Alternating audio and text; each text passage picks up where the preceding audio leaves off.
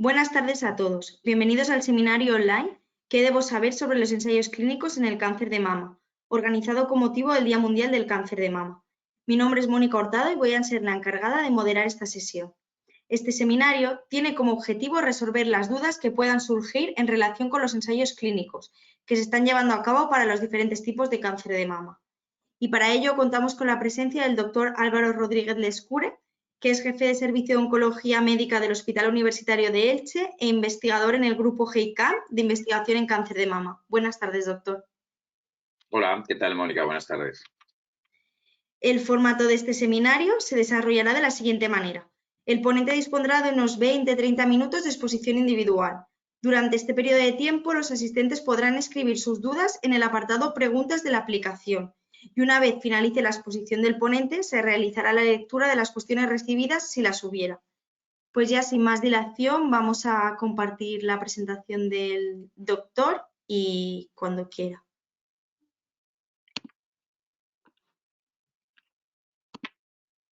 Ahora lo vemos correctamente. Muchísimas gracias, Mónica, y nada, muchas gracias, GEPAC, por una vez contar más conmigo. Ya es que yo siempre me siento muy honrado de que contéis conmigo para toda la labor de formación y de interacción con todo el colectivo de pacientes, ¿no? Y bueno, coincidiendo con esta campaña vuestra de los días más rosas, ¿no?, del mes del cáncer de mama, pues me pedían bueno, pues que analizáramos un poco en este seminario un poco el concepto de los ensayos clínicos. En realidad en cáncer de mama, pero yo creo que además GEPAC es un colectivo muy amplio, no solo de pacientes con cáncer de mama. Creo que es interesante analizar el concepto en sí mismo del ensayo clínico como tal, ¿no? Porque se repite con mucha frecuencia, pero muchas veces, bueno, pues vienen bien oportunidades como estas para reflexionar y meditar un poco sobre la información más relevante de lo que son los ensayos clínicos, qué es lo que suponen y por qué existen, ¿no? En cáncer de mama, en medicina en general también, en todos los demás cánceres también, por supuesto, ¿no? Yo creo que hay que partir también de una base que es importante, ¿no? Yo creo que es muy importante y que es el hecho de la investigación en sí mismo, ¿no? En medicina y en concreto en oncología, ¿no? Yo creo que posiblemente sea la oncología la especialidad donde a veces se mezcla más, ¿no?, el concepto de investigación y de asistencia, ¿no? La investigación es consustancial al acto asistencial, ¿no?, en oncología médica, ¿no? Y porque ambas cosas, la asistencia a los pacientes y la investigación, están pues tremendamente relacionadas, ¿no?, de una forma muy íntima. Y se suele decir, y es una frase repetida, pero bastante cierta, que en general la asistencia a los pacientes dentro de programas de investigación y de ensayos clínicos es donde alcanza pues, los niveles mayores de excelencia, ¿no?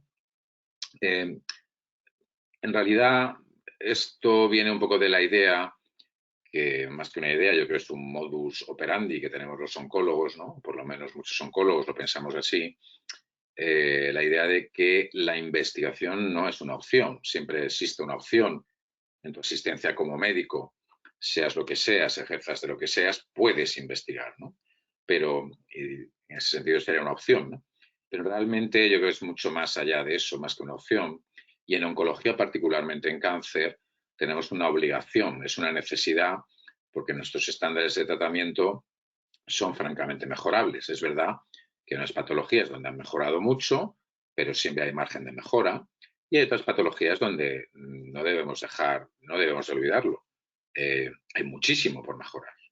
En otras palabras, los resultados de los tratamientos siguen siendo malos o poco satisfactorios, ¿no? Por lo tanto, no nos podemos conformar, ¿no?, con el estándar de tratamiento que tenemos a día de hoy en muchos tumores.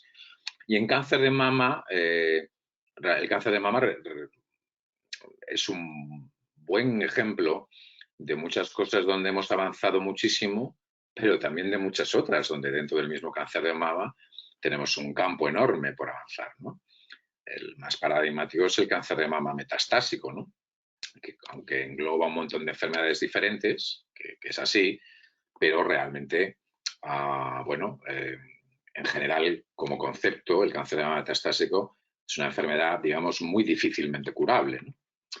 Y en los cánceres de mama en estadios iniciales, es verdad que la investigación ha hecho que avancemos mucho en el sentido de que con los tratamientos conseguimos cirugías menos agresivas, cirugías conservadoras, cosméticamente mucho mejores que los tratamientos radicales de mastectomía, menos agresivas en el manejo de la axila y, por supuesto, más eficaces a la hora de conseguir menos recaídas, ¿no? Y menos muerte. Cada vez las pacientes en estadios iniciales viven mejor, más y mejor porque los tratamientos, fruto de esa investigación, pues consiguen mejores resultados, ¿no?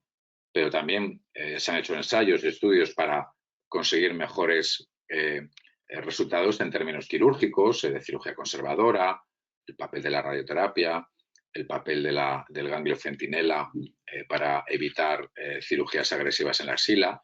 Todo ello, que es un estándar de tratamiento hoy en día, es fruto de ensayos clínicos. Sin ensayos clínicos no habríamos conseguido eso, ¿no?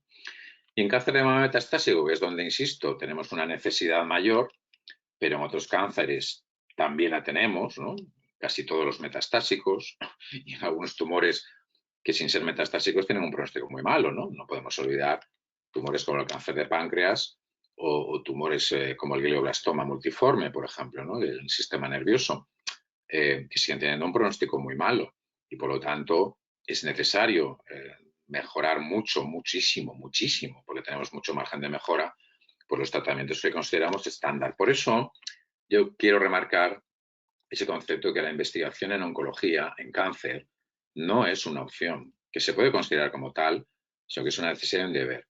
Y esto es algo que deberían asumir claramente las administraciones, ¿no? Y los gestores de los servicios de salud, porque si lo vemos como una opción, nunca lo veremos como algo para invertir dentro de un departamento de salud, de un hospital o de una comunidad autónoma. Si lo vemos como una obligación y como la mayor excelencia en la atención, pues si soy un buen gestor, haré todo lo posible para invertir también en investigar y en dotar a los departamentos de salud de todo el personal necesario para hacer investigación clínica, ensayos clínicos, porque los ensayos clínicos, como veremos a continuación, son muy complejos, son muy complicados, no se pueden hacer hoy en día en cualquier sitio ni en cualquier unidad, sino que hacerlo en centros de referencia que tienen que estar bien dotados, efectivamente. Cuando un investigador o alguien que atiende pacientes se plantea un estudio, puede estar pensando o tiene que pensar en muchísimas cosas, ¿no? Muchas preguntas sobre, normalmente los estudios o las ideas que se ponen en marcha dentro de un ensayo provienen de la observación, del conocimiento, del estudio, del conocimiento de la realidad biológica y sobre todo de ver muchos pacientes. Yo creo que la mejor escuela para promover preguntas que hay que responder es la consulta. El ver pacientes todos los días te genera muchas preguntas, ¿no? Hace que adquieras un bagaje, una experiencia y que seas consciente de que hay que responder muchas preguntas que no tienes respondidas en el día a día, ¿no? Te puedes hacer preguntas sobre tratamientos, sobre enfermedades, sobre tipos de tumores, sobre efectos secundarios, sobre dosis de un fármaco, sobre su eficacia, etcétera, ¿no? Es necesario, insisto, ese conocimiento, ese estudio, esa revisión de la literatura y a la hora de promover o de plantear una idea de sacar adelante un estudio, un ensayo clínico, pues hay que ver qué tipo de ensayo, ahora veremos qué tipos de ensayos existen. Por supuesto, fundamental, esencial, absolutamente nuclear, el diseño estadístico, ¿no? Cualquier estudio tiene un programa estadístico asociado para demostrar de forma fehaciente y que no se deba al azar pues cualquier hallazgo que encontremos, ¿no? Hay que definir sobre qué población queremos responder esa pregunta, qué tipo de paciente, qué tipo de tumor, en qué estadio, en qué línea de tratamiento y ver si es factible, si es viable el potencial de reclutar pacientes una vez que hemos determinado qué número de pacientes es necesario para responder a esa pregunta, analizar los factores pronósticos de la población, estratificar, bueno, y analizar, claro, la necesidad de medios materiales, económicos y humanos, ¿no? Y esto implica siempre un presupuesto. Desarrollar un ensayo clínico en nuestro medio, con las características de rigor, de exigencia, de seguridad, de monitorización, implica una inversión millonaria. Cuando hablamos de ensayos clínicos habituales, hablamos de cientos de millones de euros, lo que supone movilizar y poner en marcha un ensayo clínico, ¿no?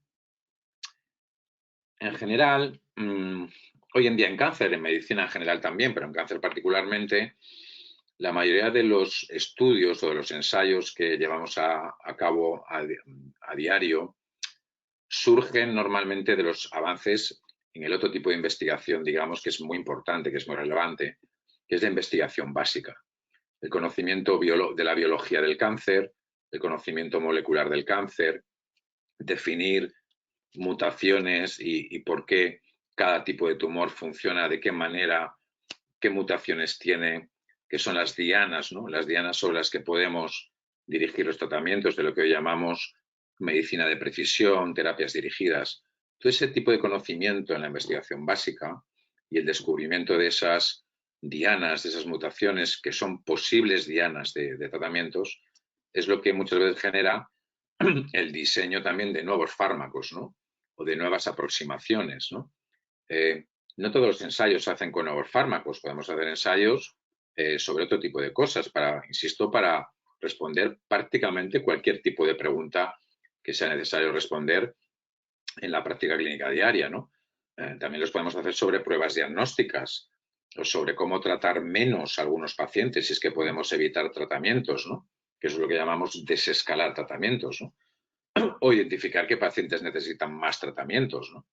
En cualquier caso, los ensayos clínicos básicamente solo buscan una cosa, que es cambiar la práctica clínica, mejorar el estándar de tratamiento. El estándar es el tratamiento hoy por hoy mejor en una situación determinada para un paciente determinado, sea el que sea, con el resultado que sea, bueno, malo, regular. Ese es el estándar, digamos que esa es la referencia.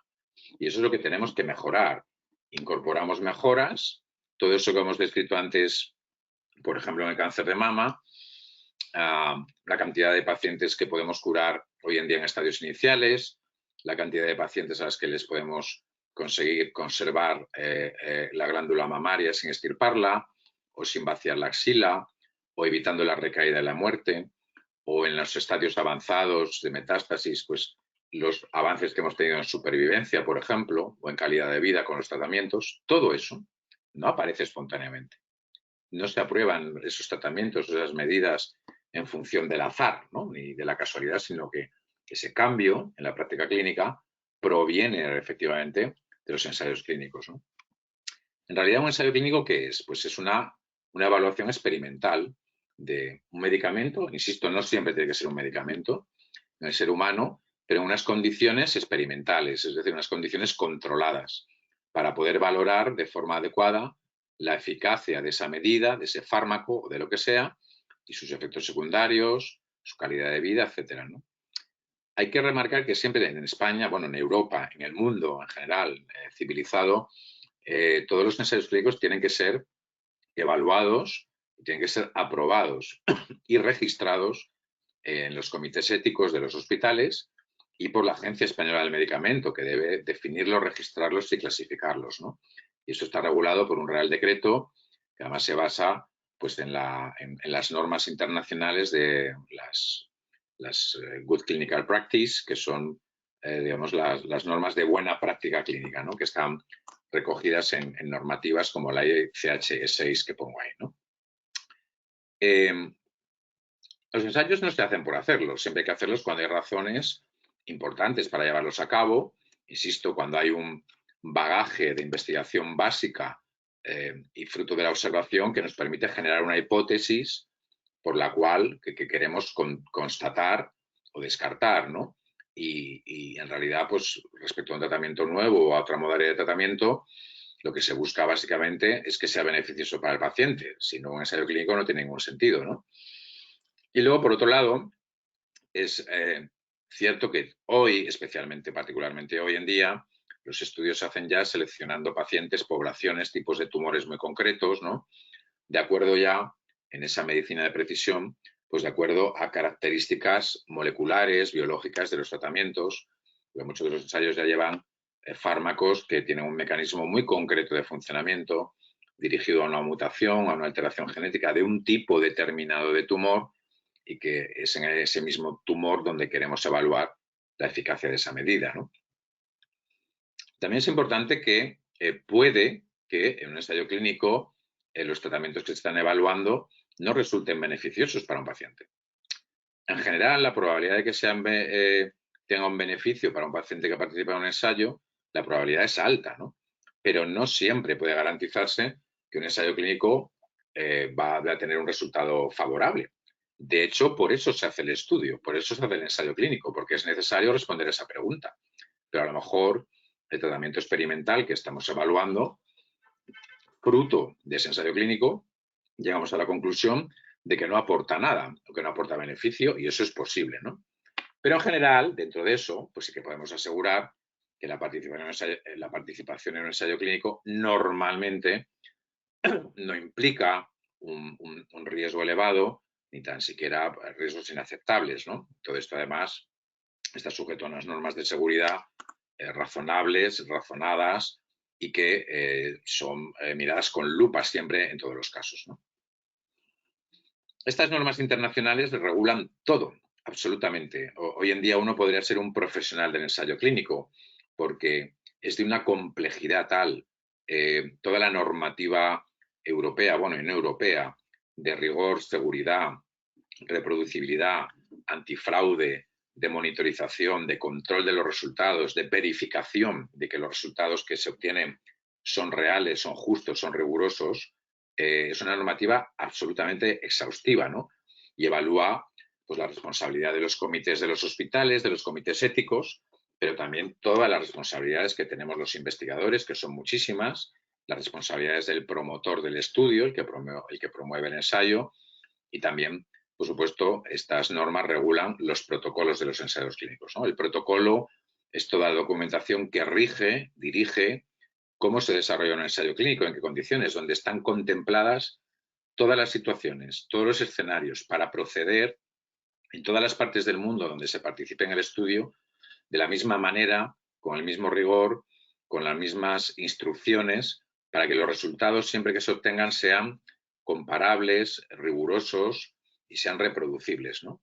Y todo eso está contemplado en el protocolo de una forma exhaustiva. Los protocolos son largos, larguísimos, muy tediosos, pero nos exigen además a los investigadores muchísimas horas de estudio, de revisión, de chequear efectos secundarios, de miles de cosas que son además parte de nuestra responsabilidad y que evidentemente tenemos que llevar a cabo para poder sacar adelante ese ensayo clínico con la máxima calidad, ¿no?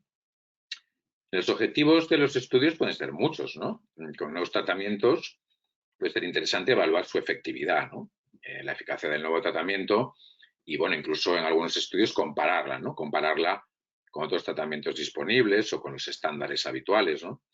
También en los objetivos están los efectos secundarios, la tolerabilidad de los fármacos, y eso es un ítem muy importante, al igual que la evaluación de la calidad de vida de los pacientes, o realmente, pues eso, en los comparativos, en los estudios comparativos, establecer si los beneficios superan a los efectos secundarios, especialmente en toxicidades, y luego también poder seleccionar, predecir en qué tipo de poblaciones una nueva medida terapéutica, una innovación farmacológica, pues puede ser mucho más eficaz, ¿no? En cualquier caso, hoy en día no existe aprobación ni comercialización ni pago por un sistema nacional de salud por un fármaco si no existen ensayos clínicos que aporten evidencia suficiente de primer nivel para poder dar soporte a esa aprobación y a esa financiación de los fármacos, ¿no? Por tanto, son una herramienta esencial, ¿no? En los tipos de estudios hablamos de estudios fase 1, 2, 3 y 4. En la fase 1, con muy poquitos pacientes, lo que vamos a evaluar básicamente cuando hay muy poquitos pacientes es la seguridad, la dosis máxima,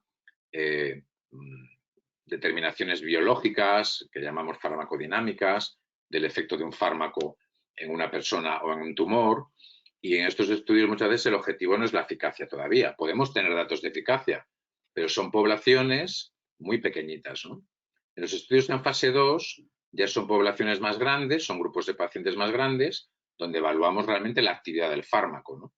Pero para ver si y podemos obtener datos sobre si realmente ese medicamento puede ser interesante a la hora de ser comparado pues, con lo que es el estándar hasta ese momento, ¿no? Esos son los estudios fase 3, ¿no? Donde intentamos demostrar el beneficio de una novedad, de un fármaco nuevo, frente a lo habitual, al usual, al que llamamos estándar, ¿no?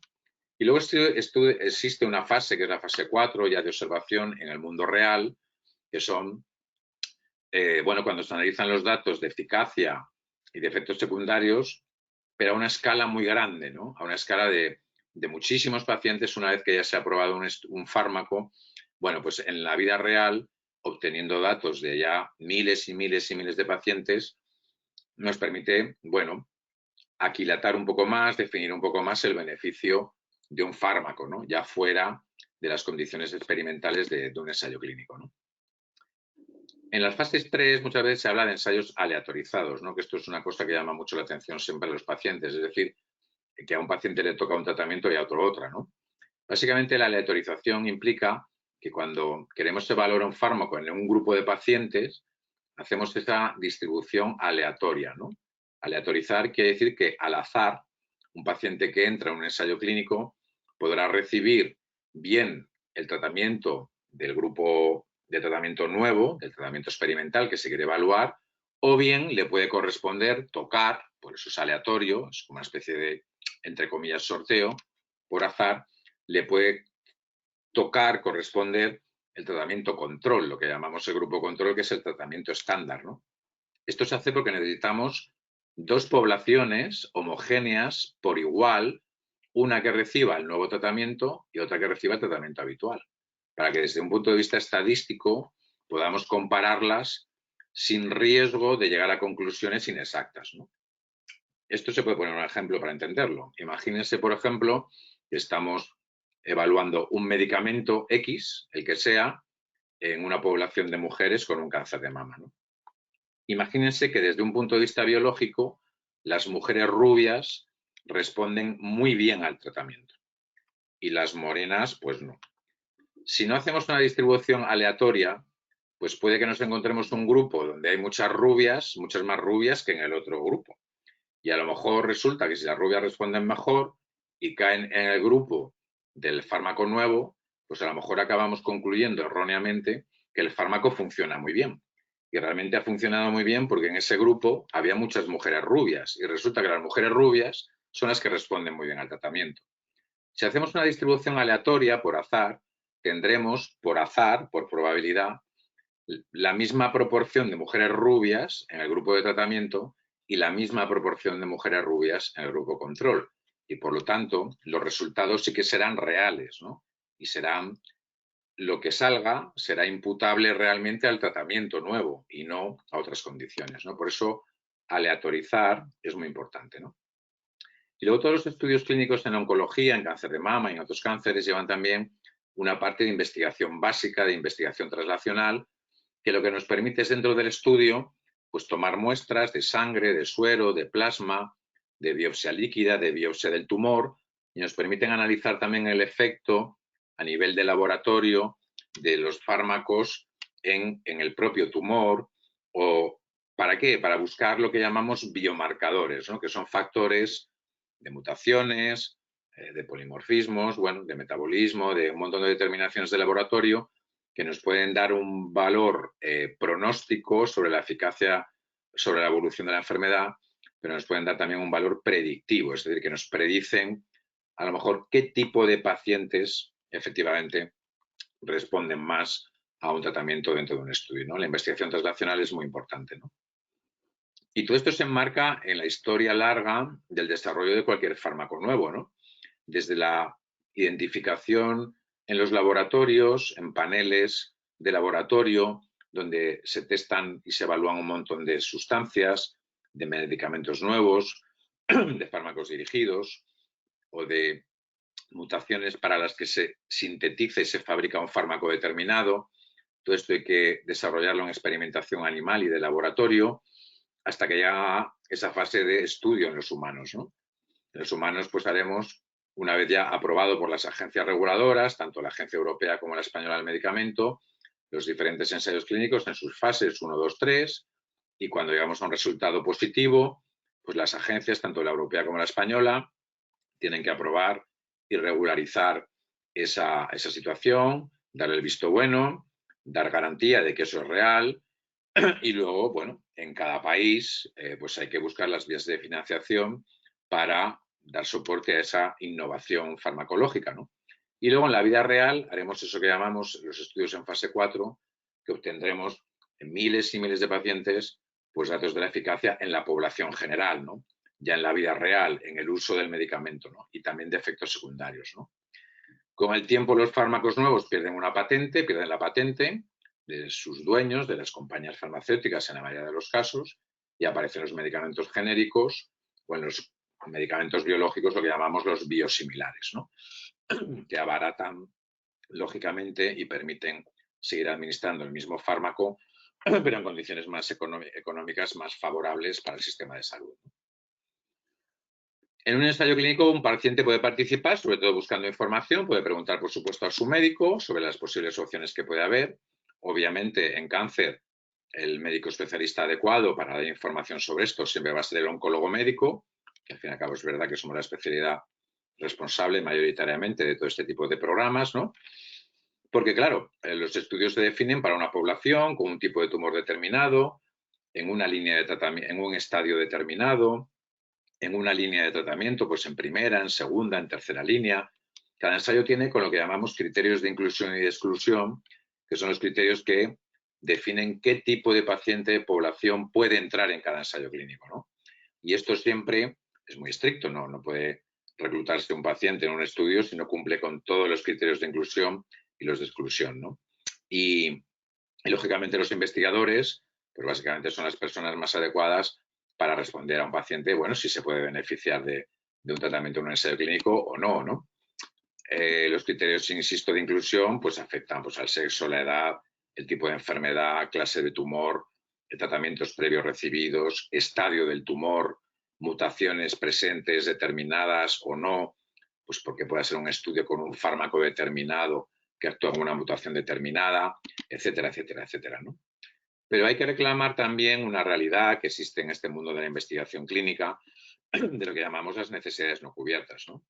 En nuestro medio, y no solo en España, en la mayoría del mundo, casi todos los ensayos clínicos vienen promovidos por la industria farmacéutica, ¿no? Y se proponen al investigador. Hay otros estudios donde es el investigador el que promueve, el que sugiere un tipo de estudio y la industria farmacéutica, bueno, entra dentro de sus planes y lo puede aceptar y puede darle cobertura. Pero sobre todo hay un tipo de investigación que es lo que llamamos la investigación académica, que intenta responder preguntas que no siempre le interesan a las compañías farmacéuticas responder, pues porque no entran dentro de su previsión de fármacos o de estudios o de resultados, ¿no?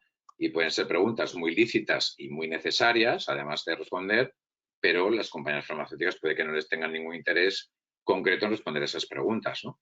Estos estudios que diseñan y promueven los investigadores y que no apoya la industria farmacéutica es lo que llamamos la investigación académica, que tiene un problema muy importante en nuestro medio, pero también en Occidente, porque cuenta con muy poca financiación, porque si a la industria no le interesa, lógicamente, responder esa pregunta, pues no va a apoyar la inversión de, pues eso, de cientos de millones de euros en un estudio que no les interesa, ¿no? Hay que tener en cuenta que la inmensa mayoría de los ensayos clínicos actuales son promovidos por la industria farmacéutica, esto es un hecho, ¿no? Y lógicamente buscan comercializar un fármaco que es de su patente, ¿no? Que es de su propiedad, ¿no? Y esto quiere decir que hay muchas preguntas que no se contestan solo con los ensayos clínicos de la industria, que son muy importantes, que son necesarios, que han cambiado los estándares de tratamiento, pero que no dan respuesta a todas las preguntas, ¿no? Y antes era más fácil hacer investigación académica, pero hoy en día no lo es tanto. Especialmente la situación, bueno, en nuestro país es bastante difícil promover un ensayo académico porque la financiación, encontrar financiación es muy, muy complejo, muy complicado. Tampoco es fácil en otros países, ¿no? Pero a lo mejor hay más opciones en ese sentido, ¿no? Es importante para los pacientes también, los de cáncer de mama y los que no son de cáncer de mama, el dónde obtener. Decíamos antes que la información, el sitio más clásico es el investigador, los servicios de oncología médica, a través del médico especialista. Es verdad que las asociaciones de pacientes aquí ofrecen también una opción más de información sobre ensayos clínicos. En nuestro país existe una red del Registro Español de Estudios Clínicos, de la Agencia Española del Medicamento y de Productos Sanitarios, que se puede consultar en esta dirección web que pongo aquí. La internacional, a la que está obligado cualquier ensayo clínico a ser registrado y documentado, que es clinicaltrials.gov, que aquí tenemos también la dirección, donde también tiene una versión con información para pacientes, donde se puede acceder a esa información, ¿no? Y luego los grupos cooperativos de investigación tienen páginas muy buenas en ese sentido, en el que yo trabajo, por ejemplo, es el Grupo Español de Investigación en Cáncer de Mama, GECAM. Bueno, pues la www.gcam.org es una página web donde tiene una versión para información de pacientes que puede ser muy interesante a la hora de buscar ensayos clínicos. En nuestro país también hay otros grupos cooperativos, como el Grupo Solti, que también tiene su página, o la Asociación Española contra el Cáncer, pero bueno, normalmente con estos registros es más que suficiente para encontrar ensayos clínicos. Hay 1000 cosas más que podríamos hablar, pero bueno, yo creo que es de momento que es suficiente. Y como resumen podemos decir, es verdad que en investigación el ensayo clínico aleatorizado en fase 3 es la herramienta más precisa, más exacta para responder preguntas en medicina y en oncología. La clave es diseñar correctamente los ensayos. No es fácil diseñar bien un ensayo clínico. De hecho, muchos ensayos clínicos a veces por su mal diseño implican que no se ha podido aprovechar bien una molécula, un fármaco, y esto es imperdonable. Por eso es muy importante que la industria farmacéutica cuente también con la visión de los clínicos que vemos pacientes muchas veces, porque necesitan a veces orientaciones precisas sobre cómo diseñar bien un ensayo clínico, porque no siempre es así, ¿no? Pero en general son una herramienta, insisto, muy exacta, siempre que se formule la pregunta adecuada con la metodología adecuada, ¿no? En oncología los ensayos son una fórmula maravillosa de asistencia clínica, es una manera excelente de dar tratamiento a muchos pacientes, en muchos casos es la mejor. Y también, por otro lado, hay que pensar que los ensayos clínicos de hoy son el tratamiento estándar o el mejor tratamiento del mañana. En ese sentido, la contribución de un paciente cuando entra en un ensayo no es solo para con él mismo y su entorno y su familia, porque se puede beneficiar de un tratamiento, sino que también está contribuyendo a la mejora de los tratamientos de otros pacientes que vendrán mañana, pasado mañana detrás y que también quieren disfrutar de estándares mejores, ¿no? Si tenemos buenos resultados en algunas cosas, es porque ayer o antes de ayer otras pacientes entraron en ensayos clínicos que consagraron a los estándares que tenemos hoy como los estándares, ¿no?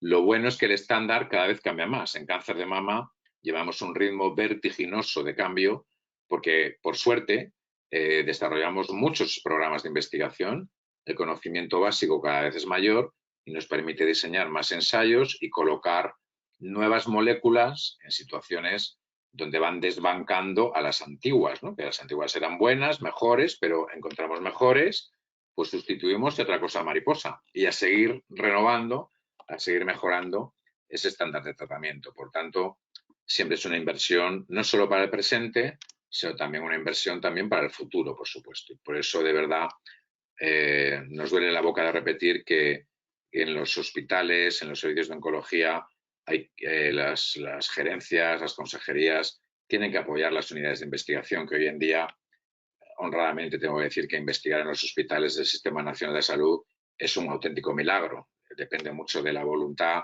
del equipo y de la determinación del equipo investigador y no, desde luego, de las ayudas ni del apoyo muchas veces de la administración. Lamentablemente es así. Y con eso lo dejamos ya. Muchísimas gracias por su atención y de nuevo gracias GEPAC pues, por permitirme estar aquí. Muchísimas gracias, doctor, claro. por su ponencia que ha sido muy interesante. Si le parece, hemos recibido una pregunta, así que pasamos a la ronda de preguntas. Claro. Paso a leerla. Nos dice, soy paciente con cáncer de mama metastásico HER2 positivo. He visto en la prensa que se ha realizado un ensayo con un nuevo fármaco que frena en un elevado porcentaje la progresión de la enfermedad y da muy buenos resultados. ¿Cómo puedo acceder a ese ensayo clínico? Bueno, aquí hay dos cuestiones. Una cosa es un ensayo clínico y otra cosa es acceder al fármaco, ¿no? El fármaco al que se refiere, que me imagino cuál es, que es el trastuzumab deruxtecan, es un fármaco que en un ensayo clínico se ha comparado precisamente en la segunda línea de tratamiento con otro fármaco que también fue innovador hace muy pocos años, ¿no? Que era el TDM1, ¿no?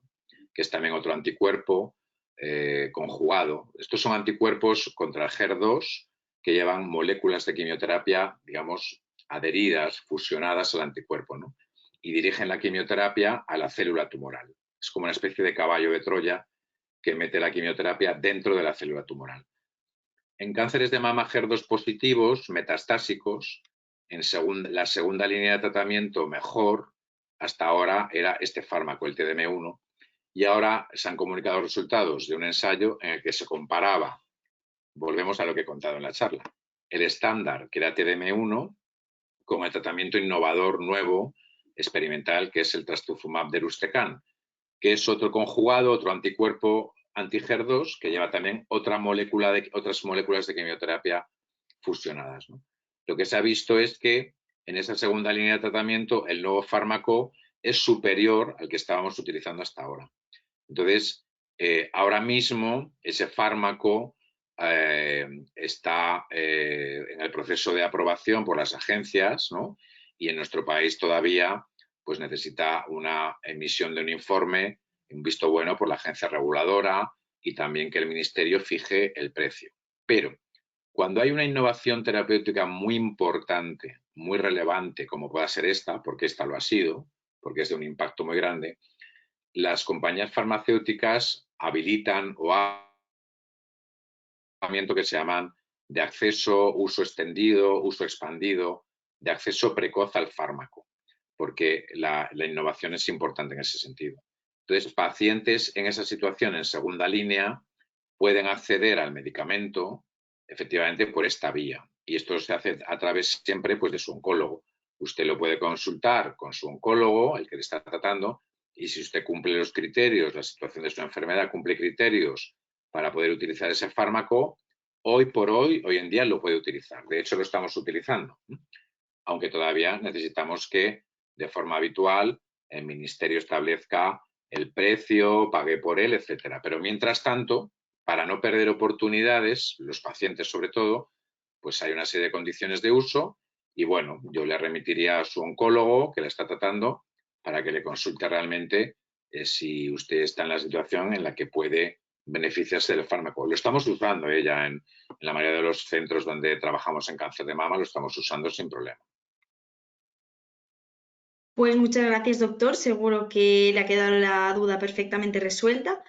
Y con esto concluye el seminario que debo saber sobre los ensayos clínicos en el cáncer de mama. Muchas gracias a todos los asistentes por estar hoy con nosotros a través de la pantalla y en especial al doctor Rodríguez Lescure, ya que nos ha prestado su tiempo de forma completamente altruista. Esperamos que les haya gustado y resultado interesante y les recordamos que siempre consulten con su médico especialista ante cualquier signo de alerta.